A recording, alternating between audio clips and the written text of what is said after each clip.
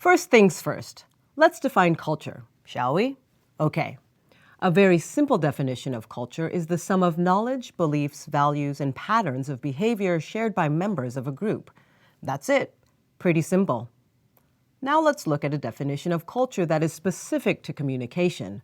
According to communication scholar Dr. Stanley Baran, culture is the world made meaningful. It is socially constructed and maintained through communication. He goes on to add that culture limits as well as liberates us, it differentiates as well as unites us, it defines our reality and thereby shapes the way we think, feel, and act. I don't know about you, but I quite enjoy that definition of culture. All right, so now we can go on to defining co-culture, right? Wait, one more thing before we go to co-culture. We must first look at dominant culture, also known as mainstream culture. Dominant culture is the collective cultural experience held and shared by the large majority of people. So, for example, if you studied culture before, you may have compared and contrasted American and Japanese cultures.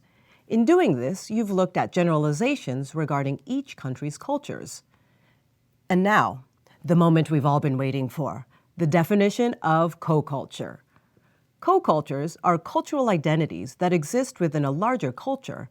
So, for example, I consider myself a part of the broad American culture, but my co-cultures could include, but are not limited to, being a Trekkie who enjoys watching the Timbers and Thorns play soccer, and I also identify as Filipino American who happens to be vegan. Those are my co-cultures. Now, if you studied culture in the past, you may be familiar with the term subculture. It's not a bad word, but the term is going by the wayside for many scholars. In recent years, there has been a shift in academia to refer to subcultures as co-cultures. Why? I'm glad you asked. The prefix sub has many definitions, and for some people, the prefix sub implies being inferior or secondary, or even smaller or less important.